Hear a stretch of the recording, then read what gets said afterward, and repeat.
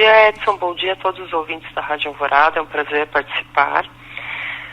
Então, Edson, essa novidade da lei, ela permite o exercício de um direito que, na verdade, já existia. A legislação já previa antes que as pessoas poderiam, após a maioridade civil, alterar o nome delas, mediante ação judicial, com acompanhamento de advogado e de forma justificada. Então, antes era só para aqueles casos em que a pessoa tinha algum nome vexatório, né? Nós temos casos clássicos aí do 1, 2, 3 Berto, né? Que são bem típicos do Brasil, umas coisas bem diferentes. Então, a pessoa podia antes fazer isso, só que ela necessitava ir pela via judicial.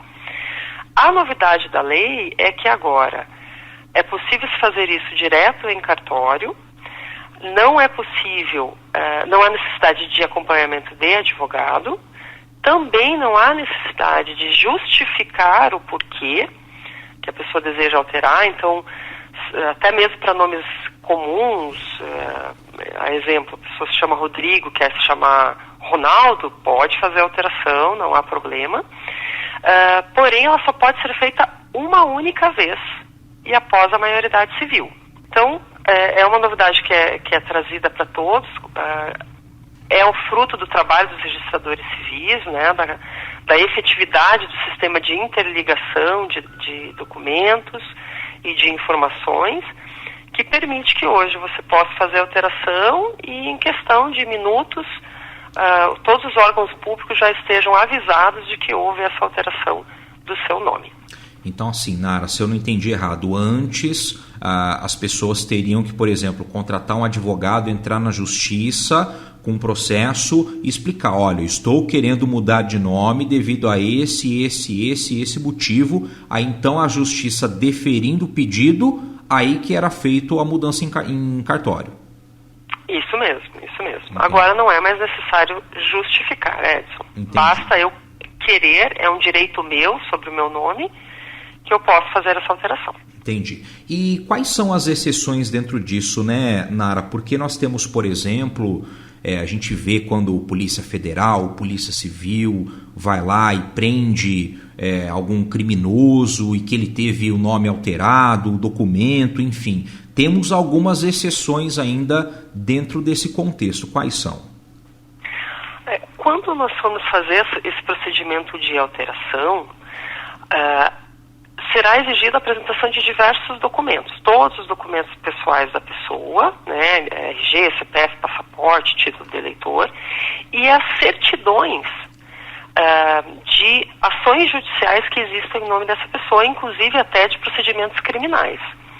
Então, mesmo que não haja justificativa, não haja necessidade de justificativa para alteração do nome, cabe ao registrador civil observar se dentro deste pedido que é feito, não existe alguma ação judicial ou alguma situação mais delicada em que uma alteração pudesse causar algum prejuízo a terceiro ou até mesmo viabilizar alguma fraude.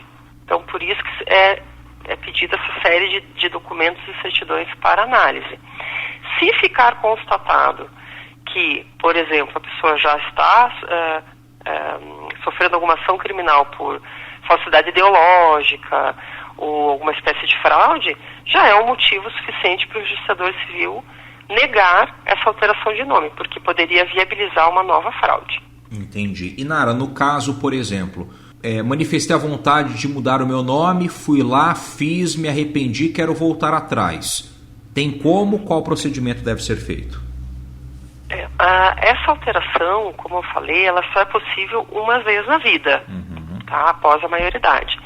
Acaso a pessoa tenha feito essa alteração e se arrependa, aí só para voltar atrás, só pela via judicial. E aí sim você vai ter que apresentar uma justificativa.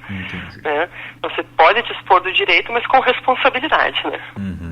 E, por exemplo, tendo essa alteração, como é que é feita a comunicação com outros órgãos? Porque a gente imagina, né? Os documentos, RG, o CPF, agora, né, ano de eleições, nós temos o título de eleitor também. Os cartórios, eles já comunicam automaticamente todos esses órgãos para mudança nos documentos?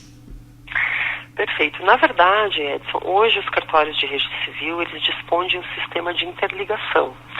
Então, quando alguém se casa ou alguém se divorcia, a gente já faz todas essas comunicações. Em caso de óbito, também é feito. Então, a comunicação é feita, porém, a alteração no documento dependerá que a pessoa compareça ao órgão específico para alterar. Então, por exemplo, se hoje você, Edson, falar, olha, quero mudar meu nome para Guilherme, nós faremos a alteração de seu nome aqui no seu assento de nascimento, comunicaremos à Receita Federal, à Polícia Federal, ao Instituto de Identificação da sua identidade. Então, esses órgãos já vão estar sabendo. Porém, o seu documento ainda está com o seu nome impresso de Edson. Então, você vai precisar buscar esses órgãos para fazer essas alterações nos seus documentos físicos, ok? Com relação agora aos recém-nascidos, também tem uma novidade quanto a isso, né? Tem. Na verdade, a lei trouxe várias novidades, Edson, em relação a sobrenomes também.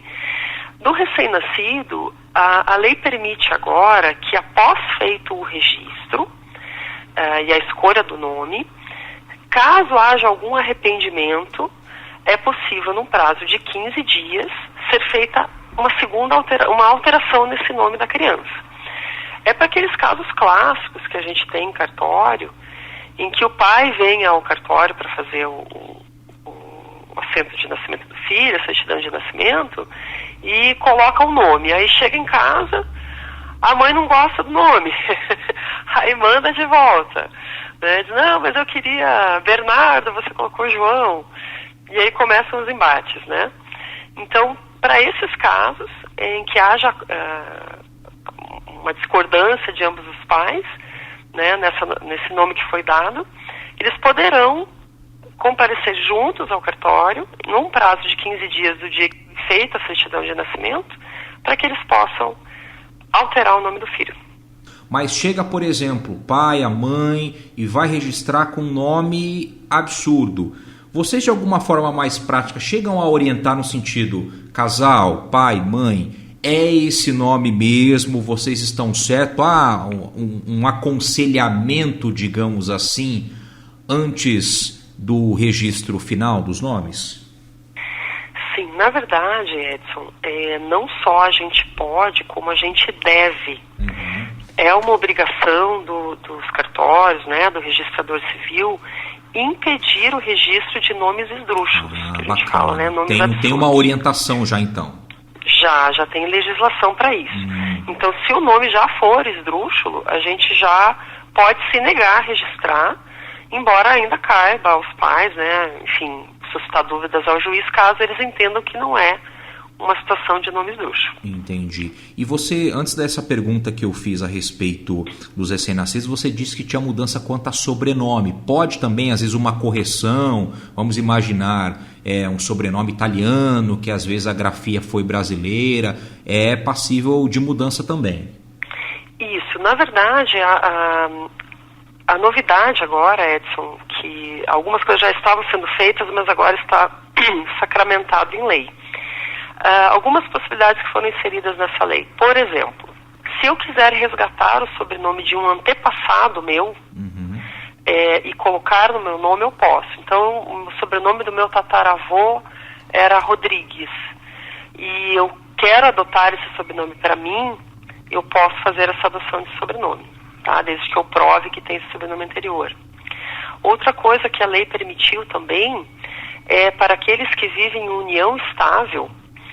Hoje também é possível, através de procedimento em cartório, adotar o sobrenome do companheiro, que antes, embora existisse o direito, não era possível fazer sem uma ação judicial. Mesmo sem casamento? Mesmo sem casamento. Também é possível, por exemplo, agora, para as pessoas casadas, por exemplo, eu me casei hoje e não quis colocar o sobrenome do meu marido.